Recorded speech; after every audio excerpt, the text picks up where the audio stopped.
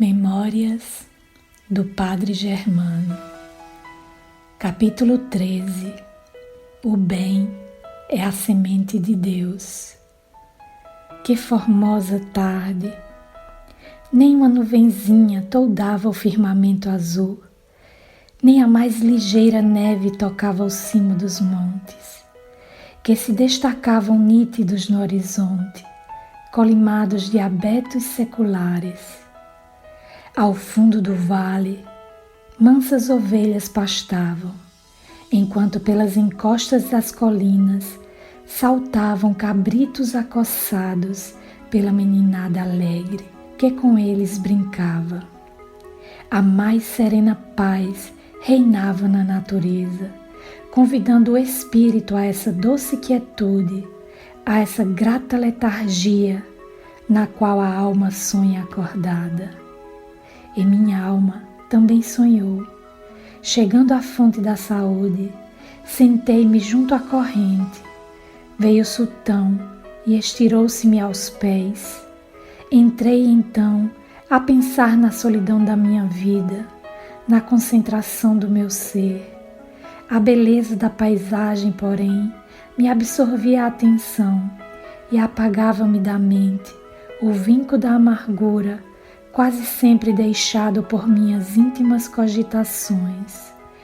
Olhando o céu, aspirando o ar embalsamado, escutando o farfalhar das folhas ao de leve agitadas por vibração suave, dizia de mim para mim: quem dirá que sob este céu se possam abrigar tantas dores? Quando tudo sorri, quando tudo parece murmurar uma bênção. Para longe, paixões humanas, para longe, com os vossos ódios e ambições, fugazes prazeres e profundos remorsos, com as vossas torturas, enfim. Que minha alma repouse na contemplação, que meu espírito se alegre em meio à mansidão da natureza. Bendigo ao Deus que me outorga o desfrute de tão apreciável benefício, e permaneci embevecido em místico recolhimento. Não sei que tempo durou esse repouso, mas sei que sultão, prestos, se levantou, deu alguns passos, retrocedeu e estatelou-se diante de mim, a boca entreaberta em atitudes ameaçadoras. Estás doido, sultão? Que delírio se passou de ti? E dizendo-lhe, pousei a destra na sua cabeça. O cão não me deu ouvidos, continuou atento e de repente deitou a correr, enquanto eu, seguindo-o com o olhar, vi surgir além um homem. Este, ao ver a atitude hostil de sultão, ameaçava-o com a bengala. Gritei ao nobre animal: aqui, sultão! E não tardou retroceder-se ele, embora mal-humorado o fizesse, rosnando surdamente. O desconhecido aproximava-se e, à proporção que eu fazia, fui reconhecendo nele um alto dignatário da igreja, o qual me havia feito todo o mal possível. Assim é que me desterrara para a aldeia e ainda ali, temeroso da minha sombra, intrigara para que me prendessem como conspirador e feiticeiro. Ao defrontar comigo, disse com aspereza: mau ensino destes ao vosso cão, mas creio que ainda cheguei a tempo de corrigi-lo. Sultão tem finíssimo olfato e naturalmente reconheceu quem sois. Deixai, portanto, em paz o meu cão, que vos não fará mal algum, pois aqui estou para impedi-lo. Peço-vos, contudo, que o não ameaceis, porque neste caso não respondo por ele.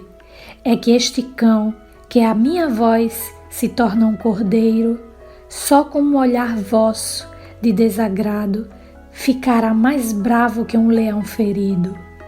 Mais leal, talvez, do que os homens, não tem ele por costume tolerar injustiças. Sim, Senhor, tem graça que para vos falar se tenha que capitular primeiro diante do vosso cão.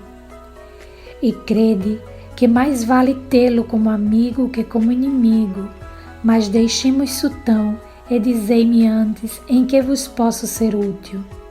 Em nada. A verdade é que, cansado da vida da corte, assoberbado de trabalhos e negócios fatigantes, resolvi repousar alguns dias nesta aldeia. Eis aí o motivo da minha presença.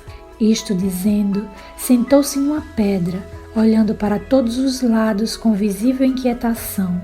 Surpreendendo-lhe esse gesto, disse eu a Sultão carinhosamente: vigia, meu amigo, vigia e avisa-nos de qualquer rumor que ouças, por longínquo que seja.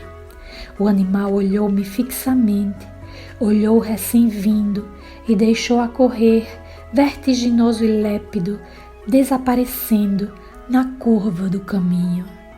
Temeis alguma surpresa? Perguntou-me aquele a quem chamaremos Júlio. Por vós, não por mim. Em vosso olhar acabo de ler que vindes foragido, não de negócios mortificantes, mas de uma prisão inevitável. Nada temais, contudo, porque antes de aqui chegarem os guardas do rei, Sultão nos dará sinal e podereis escapar-vos ou esconder-vos na gruta da ermida. Que estais dizendo? Sem dúvida que delirais, pois de nada tenho que fugir, e se venho incógnito é porque quero estar sossegado alguns dias, exercendo durante eles o curato desta aldeia. A igreja e minha pobre casa estão à vossa disposição. O confessionário, porém, esse não vo-lo cedo. Não vos franqueio a intimidade dos meus paroquianos, porque bem sabeis, Padre Júlio, que nós nos conhecemos intimamente. Juntos passamos a infância e a mocidade. Conheço os vossos vícios, a vossa história, tanto quanto a minha, para que não permita deixeis nesta aldeia o germe da intranquilidade. Se aqui vindes apenas por desfastio, quase vos pediria a desistência do vosso intento, optando por outro rumo. Se, porém, como creio, aqui estais por necessidade, contai comigo, com Miguel e com Sultão. Sei que já caístes em desagrado, sei que um pobre ancião vos maldiz, enquanto uma pobre adúltera geme num convento, a lembrança do seu fatal extravio, e sei mais, que o rei quer dar um exemplo a vosso respeito, começando por confiscar os vossos bens. Sei finalmente, por mais que me negueis, que estais sendo perseguido. Informaram-vos mal, praza a Deus que assim seja. O certo é que estou enfarado da corte e quero ver se este modo de vida me agrada, para caso tal aconteça, afastar-me da corte. Ah, e quantos benefícios podereis fazer, vós que sois rico, de nobre ascendência, com parentes poderosos, que se vos dispusesseis a fazer o bem, quantas lágrimas podereis enxugar, quantas misérias conjurar. Para arrepender-se nunca é tarde, Deus acolhe a qualquer tempo os seus filhos. E crede-me, Júlio, na carreira sacerdotal não ides por bom caminho. O sacerdote deve ser humilde, sem baixeza, caritativo, sem alarde, deve desprender-se de todo mundano interesse para consagrar-se a Deus, praticando sua santa lei como modelo de virtude, desconhecendo todos os vícios, pois para denominar-se ungido do Senhor é preciso ser um espírito verdadeiramente amoroso e progressista, ávido de luz, de espiritualidade e de amor. Ainda é tempo, porque sois jovem, estais na melhor fase da vida. Por outro lado, poucas penas tendes amargado, e pela ordem natural das coisas podereis trabalhar 20 anos ainda, espalhando a semente do bem, que é a semente de Deus. Júlio olhava-me fixamente e de repente levantou-se assustado, dizendo: alguma coisa se está passando, ou Sultão ficou maluco. Olhei e vi Sultão a correr vertiginosamente por um atalho, como trazido por um furacão, tal a sua velocidade. Instintivamente fomos ambos ao seu encontro, e o nobre animal, ao ver-me, pôs-se de pé, apoiando as patas dianteiras nos meus ombros. Depois escavava o solo, desesperado, ladrando forte e tornando a escavar em todas as direções. Não há tempo a perder, disse a Júlio, pois Sultão está a prevenir a aproximação de muitos cavaleiros que vêm certamente ao vosso encalço. Não pensava que chegassem tão cedo, respondeu empalidecido. Sempre julguei desse em tempo de reunir-me aos meus. Que fazer? Se me alcançarem, estou perdido, pois minha cabeça está a prêmio. Não temais, segui-me. E a passo ligeiro nos dirigimos à ermida, descendo pelo barranco e desaparecendo nos recessos de amplo buraco, a que denominaram Caverna do Diabo. Chegamos até ao fundo, onde melhor poderíamos permanecer, visto como, pelo desprendimento de uma pedra, ficara uma abertura que dava passagem ao ar. Ficai aqui. Esta noite Sultão ou Miguel vos trará alimento. Nada temais, antes pede a Deus que vos ampare, crente de que seu amparo tereis. Hei de fazer por vós quanto faria um pai por um filho. Júlio apertou-me as mãos com efusão. Saio para não despertar suspeita aos que chegarem. E seguido de Sultão, saí da furna profundamente comovido, sentindo na cabeça o peso de uma responsabilidade porventura mais terrível, visto que Júlio na corte se fizera grandemente odiado por sua astúcia, por sua teimosa sagacidade e desordenada ambição, metendo-se de plano em atrevidíssimas conspirações.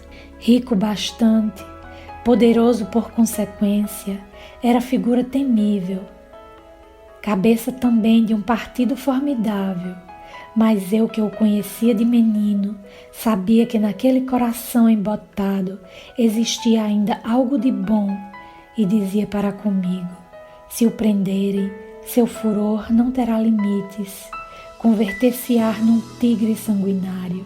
Se conseguirem matá-lo, os correligionários se levantarão para a horrenda revindita, ao passo que, se eu lograr convencê-lo, talvez se arrependa dos seus erros, vindo a ser útil à humanidade. Foi absorvido nessas cogitações que cheguei ao presbitério, chamei Miguel e, em poucas palavras, inteirei-o de quanto ocorria, para, no caso de não poder eu mesmo sair, evitando suspeições, atender ele ao foragido. Bem certo é que na própria culpa está o castigo. Eis um homem de nobre linhagem, um príncipe da igreja, um magnata possuidor de quantiosos bens, na contingência de viver encarcerado por seu mau procedimento, quer sob minha proteção, quer em poder dos seus perseguidores. Desgraçado! Ah, quanto pesa a cruz dos nossos vícios! Essas reflexões fazia-as debruçado à janela, enquanto as sombras da noite envolviam em calma todo o ambiente. Apenas o coração de alguns homens arreceavam-se da tempestade. Daí a momentos, ouvi o tropel de muitos cavalos e não tardou encher-se a cavalaria, toda a praça e toda a aldeia. que fora invadida por todos os lados. O capitão da numerosa escolta subiu aos meus aposentos para dizer que vinha à procura do bispo Júlio, e eu, encolhendo os ombros, respondi-lhe que ignorava o seu paradeiro. Suplicaram, ameaçaram, ofereceram-me até a mitra em nome do rei. Vede bem, disse-me o capitão, há 5 anos vim a esta aldeia, no encalço de um criminoso que ocultastes. Agora, porém, tenho ordem para vos constranger a tomar o lugar do bispo, caso ele não apareça. Vou permanecer aqui 8 dias e remover pedra por pedra, mas vos levarei como refém. Escolhei, pois. A tais palavras, senti frio e me comovi, olhando sem querer através da janela os ciprestes do cemitério além. Ao lembrar-me que teria de separar-me daquela campa que era a minha vida, o coração se me oprimiu e quase chorei como criança. Entanto refleti: quem pode ser mais útil neste mundo, Júlio ou eu? Ele, de certo, porque mais jovem e também rico e poderoso, capaz, portanto, de fazer muitos benefícios. Seu arrependimento poderá ser um manancial de prosperidade e um grande avanço para o seu espírito. Na vida, não devemos ser exclusivistas. O homem não deve ser senão mero instrumento do bem universal. O sofrimento de uma alma pouco vale se redundar no adiantamento coletivo da humanidade. Sejamos todos por um, e um por todos. O capitão que me fitava apenas pôde dizer: tenho-vos pena, sinto arrancar-vos da vossa aldeia, mas trago ordens terminantes. Ordens que deveis cumprir, capitão.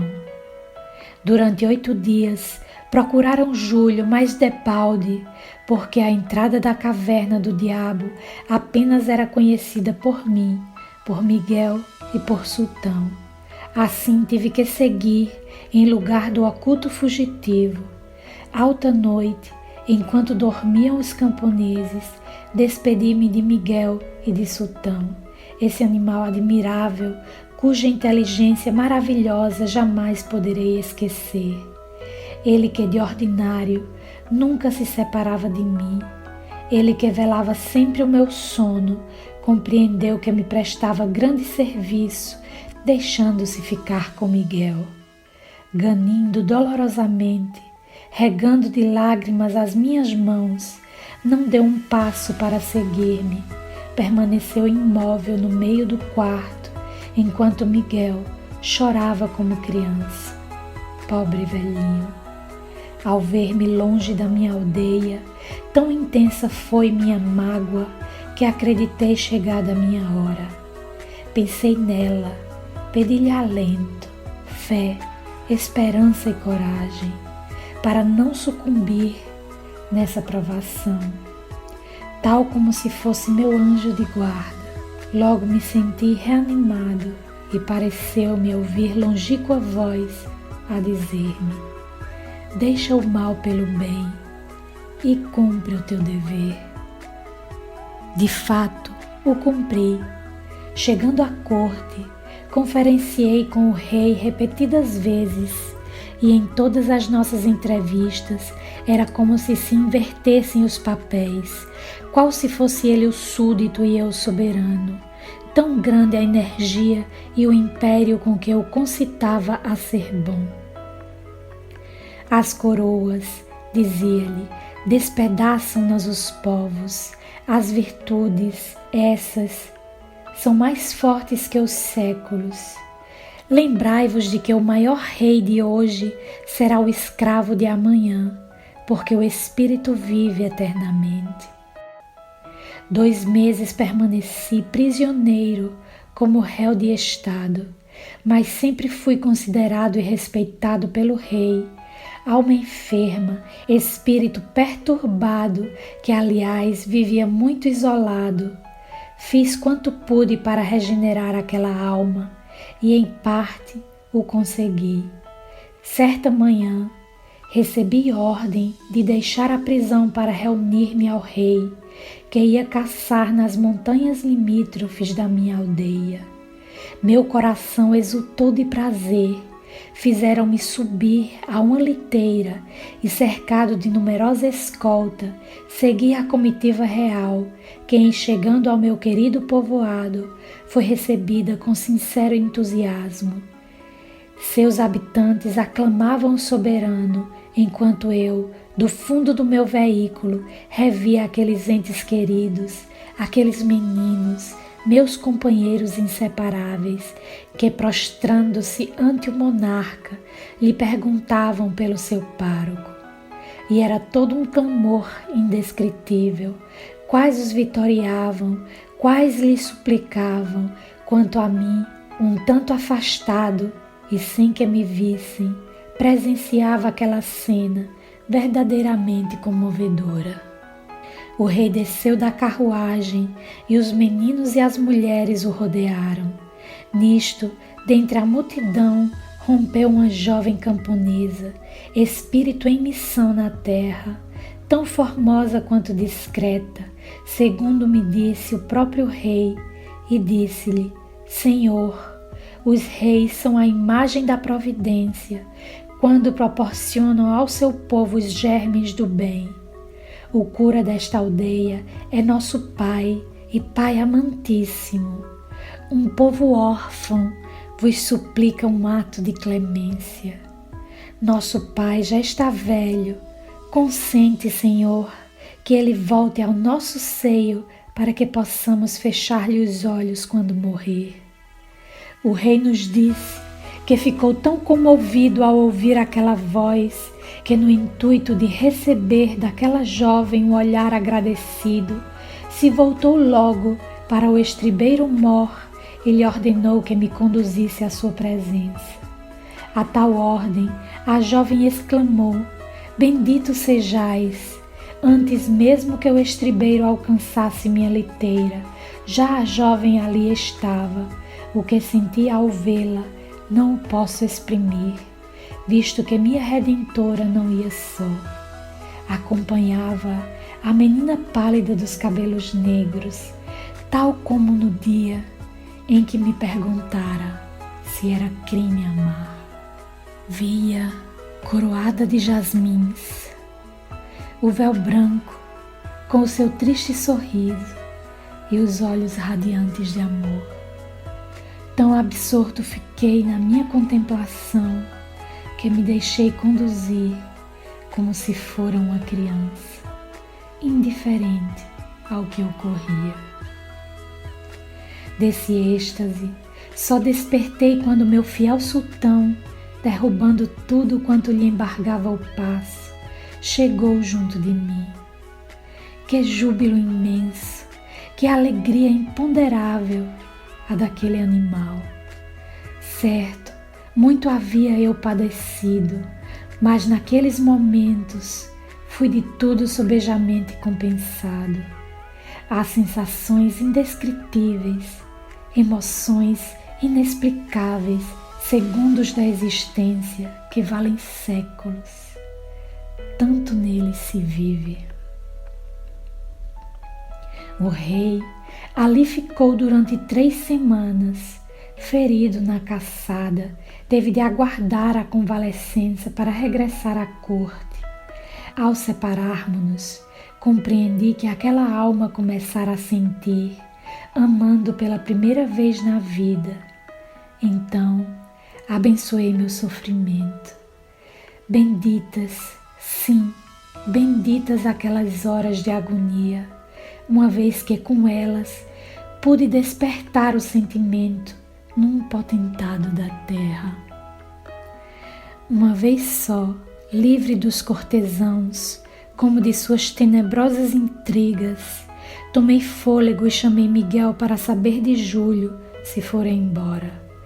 Com assombro, soube que ele ainda permanecia na toca, recusando-se partir sem meus conselhos.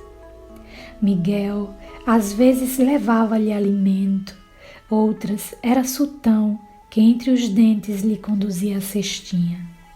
Aguardei a noite para que ninguém me visse e na companhia de Sultão fui ver Júlio.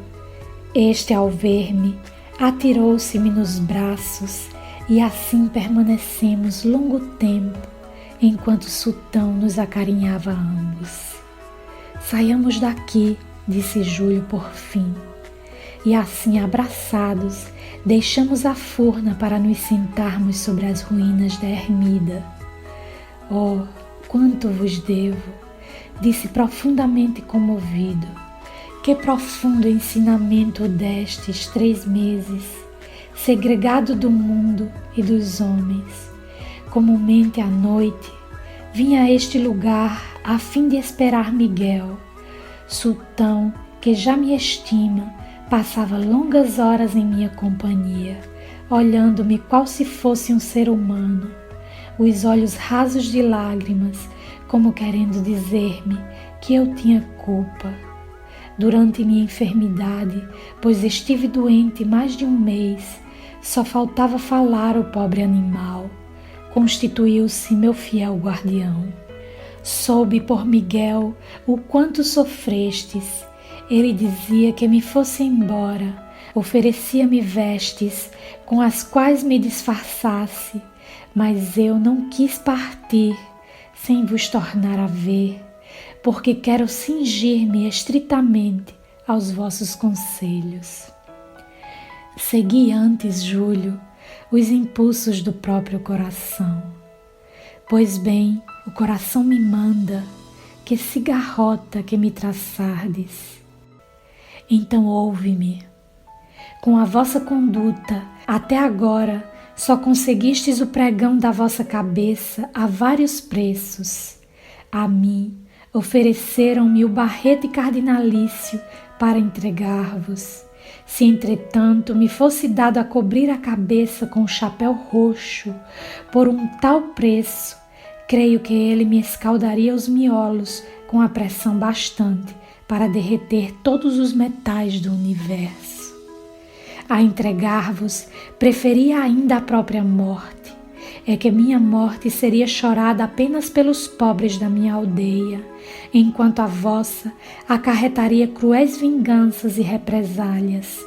No mundo, devemos sempre refletir para agir, fazendo o que mais vantajoso for para a humanidade. Se daqui saindo, vos puserdes à testa dos vossos partidários, só conseguireis uma perseguição sem tréguas e acabareis maldito ou maldizente. Se, ao contrário, deixardes o país pelo exercício, no estrangeiro, do vosso sagrado ministério, num esconso povoado, se vos criardes uma família, nos velhos e nas crianças, tornando desejada a vossa existência, vivereis feliz ao fim de algum tempo, pois a verdade é que sempre se encontra a felicidade quando se sabe procurá-la. Sois feliz aqui? Como sacerdote, sim. E como homem? Como homem, não, porque para cumprir seu dever, o sacerdote católico apostólico romano tem de viver sacrificado, falseando as leis da natureza, rompendo os divinos elos que prendem o homem a uma esposa querida, a uns amados filhinhos. Eu não optei pela mancebia de uma barrigã, deixando-lhe filhos espúrios, e assim sacrifiquei-me nas aras de uma religião que mortifica e escraviza o homem, sem lhe engrandecer o espírito. Aplaudi intimamente os reformistas, mas não tive coragem para seguir a reforma. Para outrem tenho vivido, não para mim. Como homem, jamais desfrutei os afetos humanos. Como padre, sim, tenho estancado muitas lágrimas e tenho a íntima satisfação de haver conjurado algumas catástrofes. Finalmente, 2 caminhos se vos deparam, na Igreja Reformista e na nossa Igreja. Por ambos podereis progredir, desde que saibais amar e sofrer. Estou cansado de lutar, Padre Germano. Procurarei, pois, imitar-vos, já que meu espírito necessita de esquecimento e repouso.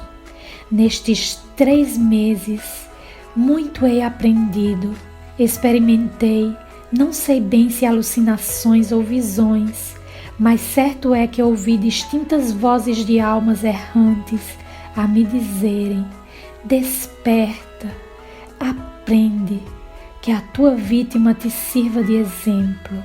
Vê que lhe fizeste todos os malefícios possíveis e ele acaba de salvar-te, expondo a própria vida.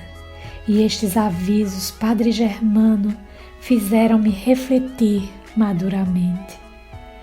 Já vos disse, Júlio, que ao sacrificar-me por vós, apenas pensei evitar derramamento de sangue com a explosão de ódios partidários. É que eu não procuro senão espalhar a semente do bem, que é a semente de Deus. Também eu a espalharei, procurando extinguir com boas obras as iniquidades do meu passado. Graças, Júlio. Bendito seja Deus. Alguns dias depois, lá se foi ele, disfarçado em frade, e decorrido 1 ano, mandou-me um emissário com uma carta que assim dizia: quanto tenho a agradecer-vos, como me julgo hoje feliz nesse recanto da terra. Já os meninos me procuram como avós, já os velhos me pedem conselhos, já os pobres me bendizem. Os bens que pude salvar do confisco, empreguei-os em melhorar a triste sorte desses infelizes, que apenas comiam pão negro e que hoje, graças aos meus cuidados, já têm alimentação abundante e sã. Penso tanto nos outros que de mim mesmo me esqueço, e este bem-estar eu vou-lo devo. Padre Germano, bendito sejais, sim, bendito o homem que me fez compreender que o bem é a semente de Deus. Esta carta encheu-me de satisfação, dessa satisfação profunda que a alma experimenta quando vê florir a árvore da virtude. Minha alegria ainda cresceu de quando recebi longa carta do meu soberano, na qual solicitava parecer sobre alguns negócios de Estado, terminando por dizer: breve irei fazer-te uma visita, mas incógnito. Tenho que te falar, tenho que te confessar o que hoje sente meu coração. Tu me falaste do amor da alma, e hoje minha alma se agita entre recordações e esperanças, reminiscências e pressentimentos de um grande amor. Ou muito me engano, ou muito sei amar agora. Estas 2 cartas me deram margem a muito refletir. Fui à sepultura dela e ali as reli, bendizendo a providência por me haver concedido abnegação bastante para esquecer grandes ofensas, entregando-me ao sacrifício, visto como, quando deixei minha aldeia, pensando não mais vê-la, estava certo de que minha cabeça rolaria por terra em lugar da de Júlio. Entretanto, graças ao meu devotamento, pude dar luz a 2 almas, dominando por meu amor, vontade e fé, 2 espíritos rebeldes.